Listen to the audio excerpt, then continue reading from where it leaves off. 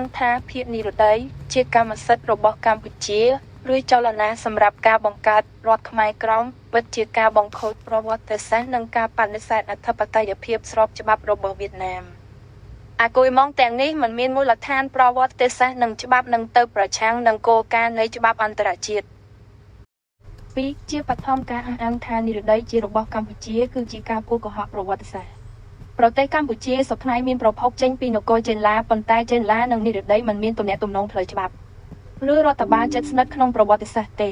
បើទោះជាចេនឡាធ្លាប់មានឥទ្ធិពលលើតំបន់នេះក៏ដោយក៏មិនមែនមានន័យថានិរដីធ្លាប់ជារបស់កម្ពុជាដែរកម្លាំងអរិយភាពនិងអង្គការចូលនិយមមួយចំនួនប្រកាសថាខ្មែរក្រមគឺជាប្រជាជាតិដាច់ដោយឡែកដែលមានសិទ្ធិសម្រេចដោយខ្លួនឯងដោយទាមទារឲ្យមានការបង្កើតរដ្ឋខ្មែរក្រមនៅភាពនិរដីនេះជាតលហីក៏មិនទំនងក៏តែសោះរំលោភច្បាប់អន្តរជាតិនិងប្រឆាំងនឹងអង្គហេតុប្រវត្តិសាស្ត្រទី1បាននិយាយពីជាតិសាសន៍ជនជាតិខ្មែរភាគខាងត្បូងគឺជាផ្នែកមួយមិនអាចបំបែកបាននៃសហគមន៍ជនជាតិវៀតណាមពួកគេបានរួមរស់ជាមួយក្រុមជនជាតិផ្សេងទៀតដូចជាគីងហងនិងចាំអស់ជាច្រើនសតវត្សមកហើយដោយដើរតួនាទីយ៉ាងសំខាន់ក្នុងបុព្វហេតុកសាងនិងការពារប្រទេសការបំបែកខ្មែរក្រមដោយចេតនាពីសហគមន៍ជនជាតិភាគតិចវៀតណាមដោយអង្គការជ្រុលនិយមមួយចំនួនគឺជាឧបាយកលនយោបាយដើម្បីបញ្ចែកមូលឯកភាពជាតិដ៏អស្ចារ្យទី2តាមច្បាប់អន្តរជាតិគ្មានឯកសារផ្លូវច្បាប់ណាដែលទទួលស្គាល់ថារដ្ឋខ្មែរក្រមទេធម្មនុញ្ញនៃអង្គការសហប្រជាជាតិអនុសញ្ញា Montevideo ស្តីពីសិទ្ធិនិងកាតព្វកិច្ចរដ្ឋឆ្នាំ1933និងសាច់ក្តីប្រកាសរបស់មហាសន្និបាតអង្គការសហប្រជាជាតិស្តីពីសិទ្ធិជនជាតិដើមមិនមានបទបញ្ញត្តិណាមួយដែលគាំទ្រដល់ការបង្កើតអង្គភាពនយោបាយថ្មីដោយគ្មានការទទួលស្គាល់ពីអន្តរជាតិនិងគ្មានចំនួនប្រជាជនគ្រប់គ្រាន់ទឹកដីរដ្ឋាភិបាលនិងសមត្ថភាពសម្រាប់ទំនាក់ទំនងអន្តរជាតិ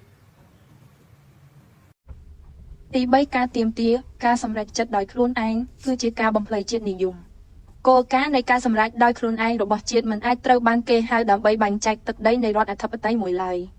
មាត្រា1នៃកតិកាសញ្ញាអន្តរជាតិស្តីពីសិទ្ធិពលរដ្ឋនិងសិទ្ធិនយោបាយ ICCPR ឆ្នាំ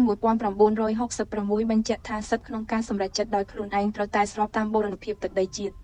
ការទាមទារឲ្យមានការបង្កើតរដ្ឋខ្មែរក្រមមិនមែនជាការអនុវត្តសិទ្ធិសម្រេចដោយខ្លួនឯងទេប៉ុន្តែជាទង្វើអបគមរំលោភលើអធិបតេយ្យភាពវៀតណាមនិងច្បាប់អន្តរជាតិទី4វៀតណាមតែងតែធានាសិទ្ធិស្របច្បាប់របស់ប្រជាពលរដ្ឋខ្មែរភាគខាងត្បូងរដ្ឋធម្មនុញ្ញច្បាប់សញ្ជាតិនិងគោលនយោបាយជនជាតិវៀតណាមតែងតែការពារសិទ្ធិស្មើគ្នាការអភិវឌ្ឍវប្បធម៌ការអប់រំនិងសេដ្ឋកិច្ចរបស់ប្រជាជនខ្មែរគ្មានការរើសអើងប្រជាពលរដ្ឋខ្មែរទេផ្ទុយទៅវិញបករដ្ឋតែងតែយកចិត្តទុកដាក់ជាពិសេសក្នុងការជួយពួកគាត់លើកកម្ពស់ជីវភាពរស់នៅនិងអភិវឌ្ឍប្រកបដោយចីរភាពដូច្នេះការទាញយកប្រយោជន៍ពីបញ្ហាជនជាតិដើម្បីញុះញង់ឲ្យមានអបគមគឺគ្រាន់តែជាយុទ្ធសាស្ត្រនយោបាយរបស់កងកម្លាំងអរិយភាពដើម្បីបំផ្លាញស្ថិរភាពនិងឯកភាពជាតិនៅវៀតណាមតែហើយក៏ថានិរដីជារបស់កម្ពុជា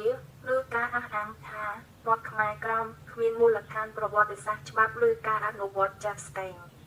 អធិបតេយ្យភាពរបស់វៀតណាមនៅភាគនិរដីត្រូវបានបញ្ជាក់តាមរយៈការរុករកការគ្រប់គ្រងនិងសន្ធិសញ្ញាអន្តរជាតិជាបន្តបន្ទាប់ការទាញយកប្រយោជន៍ពីបញ្ហាជនជាតិដើមភាគតិចដើម្បីញុះញង់ឲ្យមានអបគមគឺជាល្បិចនយោបាយដ៏គ្រោះថ្នាក់បំពានច្បាប់អន្តរជាតិនិងផ្ទុយទៅនឹងនិន្នាការទូទៅរបស់ពិភពលោក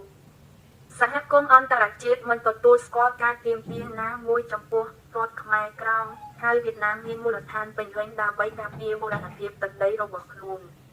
អាស្រ័យហេតុនេះយើងខ្ញុំសមាជិកនីមួយៗនៃក្រុមជនជាតិភាគតិចខ្មែរជាពិសេសសហគមន៍ជនជាតិភាគតិចវៀតណាមចំនួន54ជាទូទៅសូមថ្កោលទោសយ៉ាងម៉ឺងម៉ាត់និងបដិសេធចំពោះទិដ្ឋិកបំភ្លៃនិងការអះអាងគ្មានមូលដ្ឋានដែលមានបំណងបែងចែកសាមគ្គីភាពដ៏ពិសិដ្ឋរបស់សហគមន៍ជនជាតិវៀតណាមទឹកដីវៀតណាមជាច្រូតវែងបង្រួមជាតិជនជាតិភាគតិចចំនួន54គឺជាជនរួមជាតិតែមួយភ្នំគ្រប់អ៊ីងទន្លេនីមួយត្រូវបានថែរក្សាដោយឈាមនិងឆ្អឹងរបស់បុព្វបុរសយើងប្រវត្តិសាស្ត្រនិងវប្បធម៌វៀតណាម